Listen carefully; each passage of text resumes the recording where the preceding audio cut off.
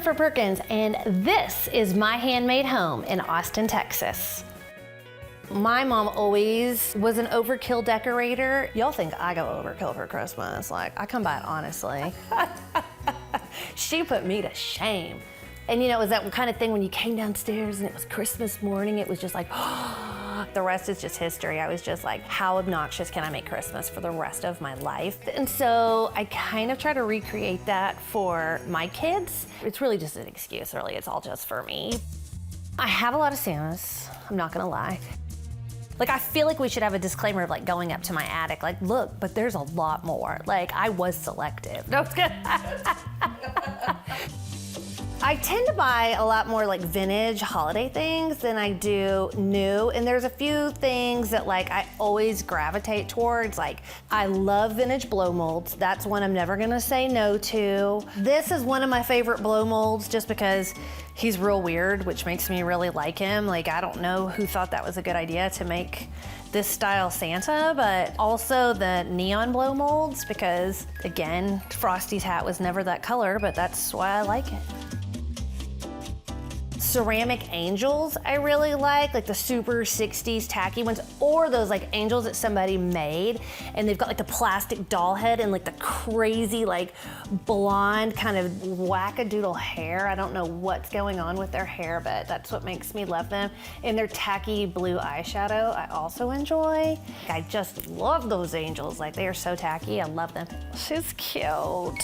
Oh, another one, vintage beaded ornaments. Like, I never say no to, because honestly, someone spent so much time making that ornament. I just feel sad for that person. And I'm just like, you gave away Nana's ornaments. It's so sad. But it's okay, because I'm gonna give it a new home, a better home.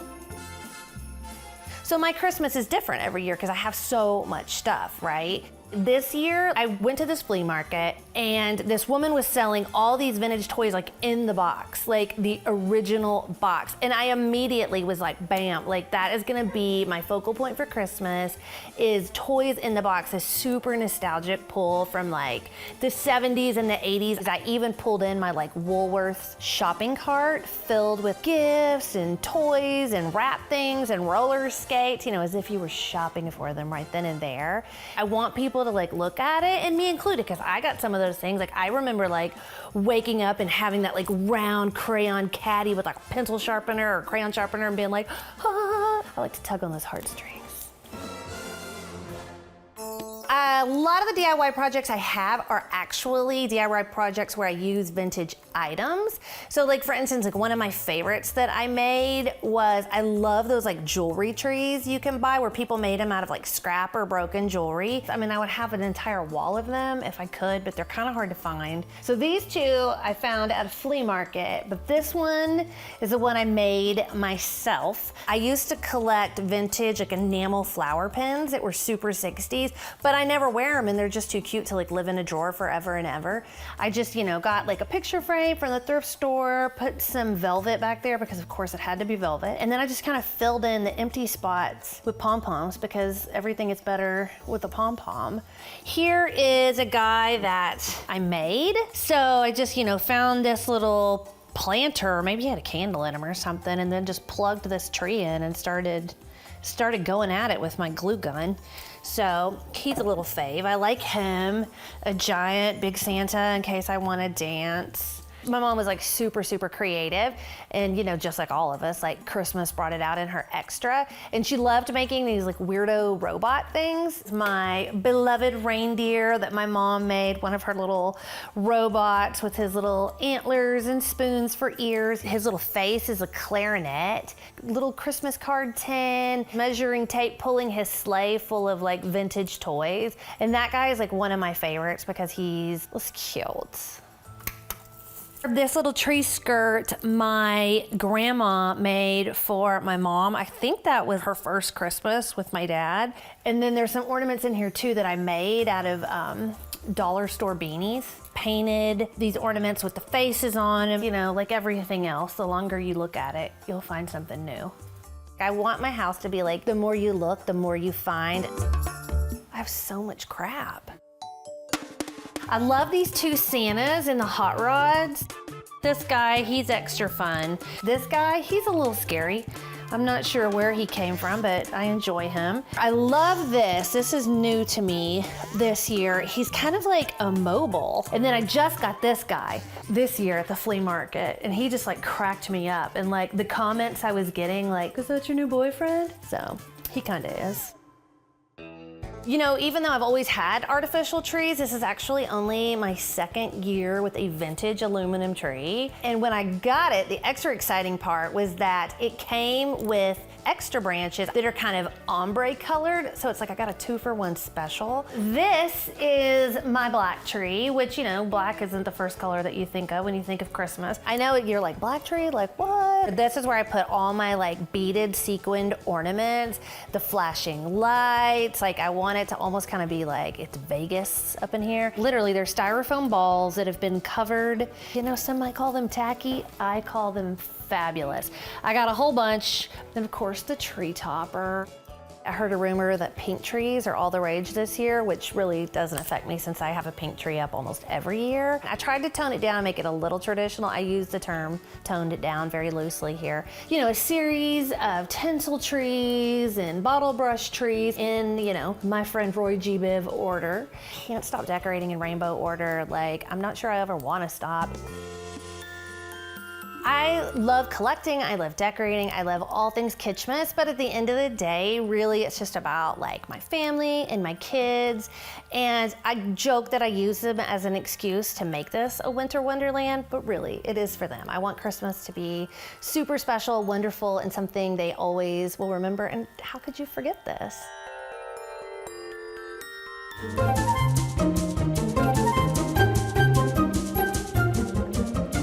Hi, I'm Andy Cooper, and this is my handmade home in Austin, Texas.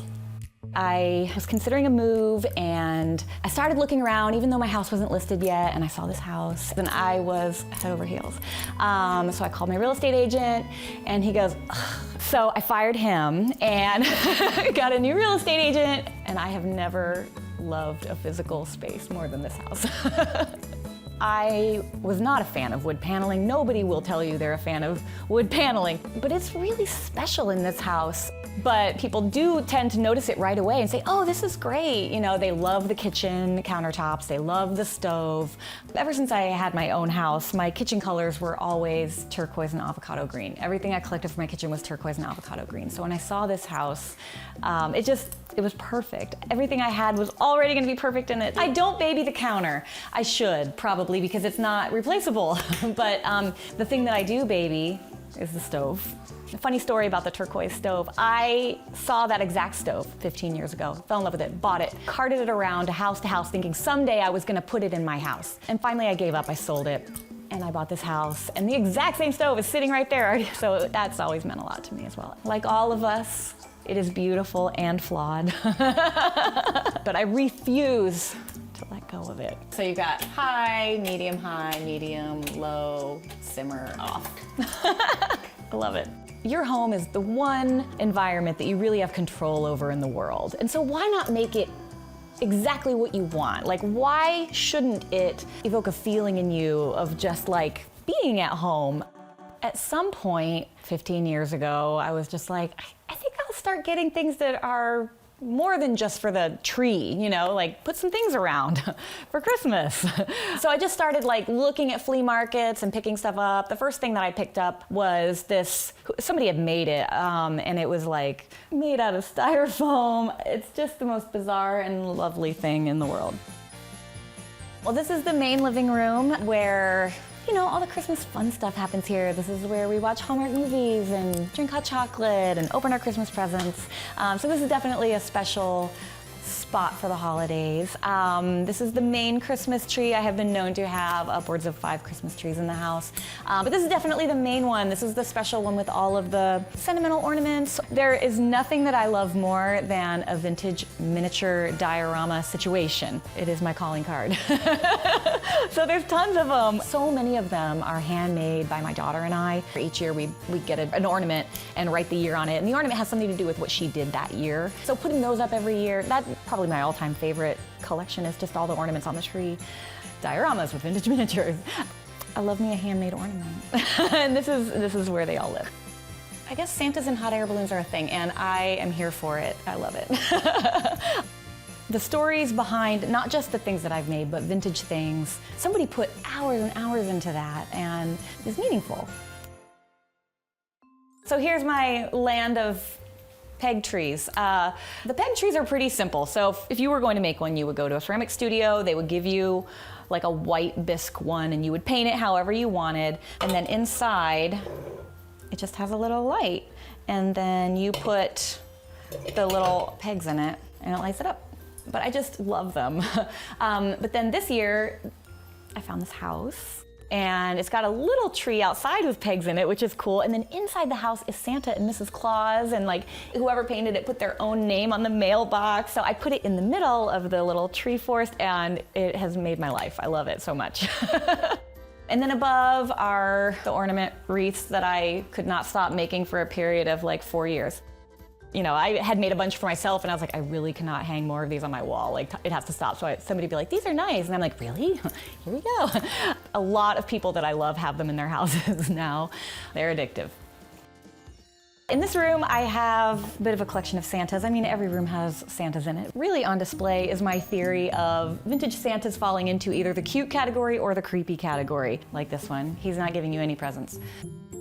This guy, he's totally giving you what you want for Christmas. So, creepy Santa, cute Santa. I love them all. I am an equal opportunity lover of creepy and cute Santas. I won this in a white elephant exchange. Like, I went all like Hunger Games on this. Like, I was gonna get him. You know, show me a two-faced blow mold Santa in a white elephant exchange and you will see my dark side. Behind me is something that's up all year. It's crewel embroidery, which a lot of people have asked me over the years what crewel is, and it's really just embroidery with wool. It just kind of like started coming onto my radar in my shopping expeditions, and I started collecting it. I fell so in love with it that I started my own business selling vintage-inspired crewel kits. This is one of my designs.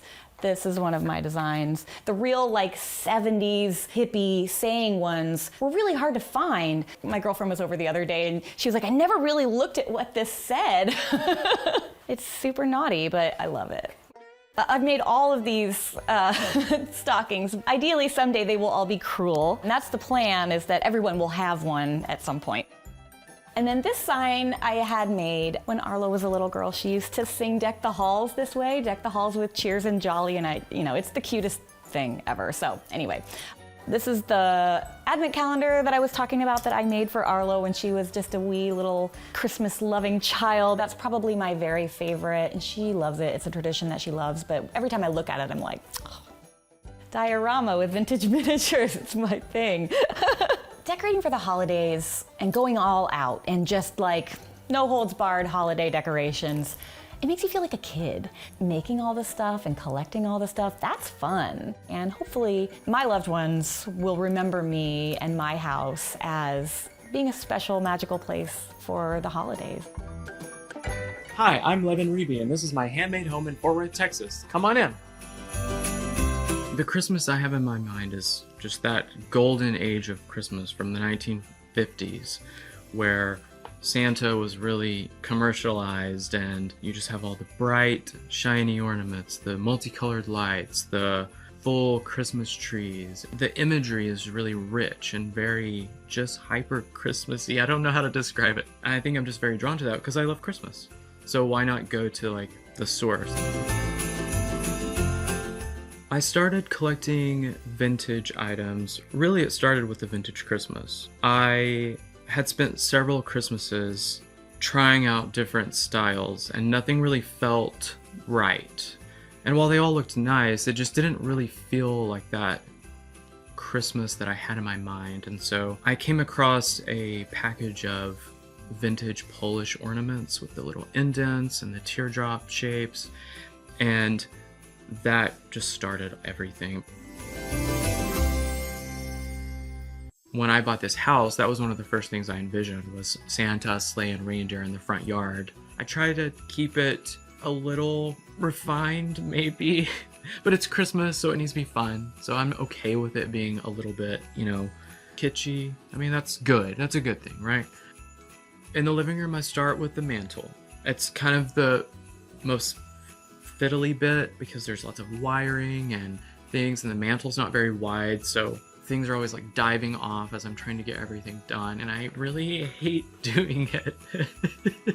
But as soon as it's done, I love it every time. I dread doing it a bit just because of the work, but then once it's done, I'm like, okay, this is why I do this. Like, it's so beautiful.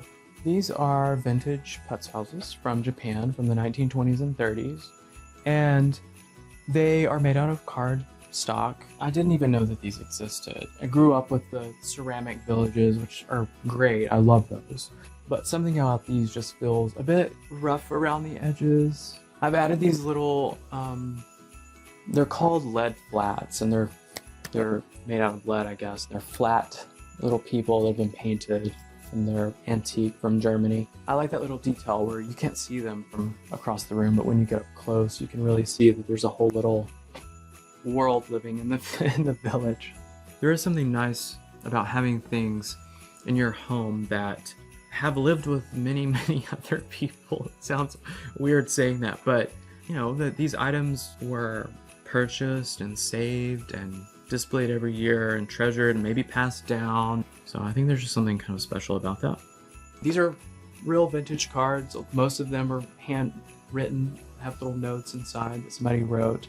There's a mixture of Victorian postcards and ones that are more mid-century or even newer, but I like the kind of variety of Christmas styles that they represent. You'd have like this really traditional looking Santa, and you have this kind of mid-century looking cat, and it's just a fun mix. And then I love to have a flocked tree here because I think that flocking a tree kind of makes it glow a bit. Flocking is just a way to add like a fake snow to the tree. Really, it's actually just paper. It's like a paper pulp. Cornstarch is the glue. It's a dry powder, and I tint mine. And then you wet the tree, apply the powder, and then re-wet the tree, and then it kind of sets and gives this artificial snow look. When I grew up, we did have tinsel, but it was a plastic tinsel that kind of you just threw on the tree, made a huge mess. So I didn't even really know what the old heavy metal tinsel was until I started getting into the vintage Christmas and realized, oh, that's a whole different type of tinsel. There's a reason why it looks the way it does in the old photos and old movies. It's because it's not plastic, it's metal. But last year I put most of the tinsel on the dining room tree, and it just blew up on Instagram. I really did not expect for it to have the response that it did. People of all ages just really are attracted to this kind of style of Christmas. I had thousands of messages about that tree. I guess there's no other artificial tree quite like it out there at the moment, so yeah, I'm sorry, it's mine only. I'm sure there are others out there. I mean, I don't know where they all ended up. It was the only Christmas tree left on super clearance from At Home. It had a lot of space. It was kind of sparse, and in the store, I think people probably shied away from it because, you know, it wasn't full. But I knew, okay, that's perfect for showing off these vintage ornaments. And I've decorated it with just some really large ones, some really small ones. I've added this garland that I strung myself. It's antique German beads mixed with vintage beads from Japan. And I just like that kind of juxtaposition of that antique with that kind of kitschy vintage look. Last year I added tinsel to this tree, but I went all out with my other tree and covered it in tinsel. So I kind of wanted this one to just be able to breathe and really showcase the ornaments. I have set a Christmas table for dinner, and I've gone with the look of rustic elegance. I just wanted this tablescape to be fun, not ultra Christmassy. I wanted it to kind of have like a winter feel. So I have used some traditional Christmas colors, green, kind of a reddish mauve. I've also incorporated some orange with these bud vases. I've brought a vintage Christmas element by using these little bottle brush trees from the 1950s, the vintage Venetian glassware. I have these red transferware plates. I collect antique Delft pottery from the Netherlands. This is up all year long, but I decided to pop these vintage cups on top and some little vintage bottle brush trees just to Christmasify it. I try to put a little bit of Christmas in every room. I just think that it makes it fun. Each room can have a different holiday or Christmas theme, and I think that's kind of fun because I can use more of my decorations. So I felt like this big opening here between the kitchen and the dining room really needed something to kind of tie the rooms together. So I've added artificial garland along the entire opening, and I've added a variety of vintage ornaments. Most of them are Polish. Most of them are like the teardrop Polish vintage ornaments. When I first started collecting vintage Christmas, I was having packages show up every day, sometimes 3 packages every day. I really just went on a collecting spree the first year. I don't collect as much as I used to because I just have a good amount. The 2 main things that I collect for Christmas that I can't really turn down if I come across it are ornaments and then the putz houses. Those are the 2 things that I just can't really get enough of. My sourcing is definitely, it's evened out. My intention with decorating the kitchen was to just bring a good amount of Christmas in here while still keeping it fairly functional. So I added these wreaths on the kitchen cabinets because I really wanted there to be something at this eye line and not have everything just down here on the cabinet. So I've seen this done before and I really liked it. I wanted to keep my bedroom simple for Christmas. I still want it to feel like a bedroom. You know, you might need a rest. Your eyes need a rest from from the other rooms, but you know, still a little Christmas cheer. I thought that these little sconces were the perfect area to tie a bow, add some garland like I did in the kitchen, kind of tie the 2 together. I added these little intaglio ornaments that I made from antiques that I have. And then I just added some vintage touches as well. I didn't want to go super vintage in this room. I wanted it to feel calmer and a little bit more crisp. I love everything about Christmas. There's really nothing I don't like about Christmas. I love the family gatherings. I love the food. My favorite part is doing the decorating. I like to look at it after it's done, but the actual act of the decorating, it's just fun. It's a time to cherish. It's a time to just cherish what you have, who you have, and celebrate that. Celebrate life.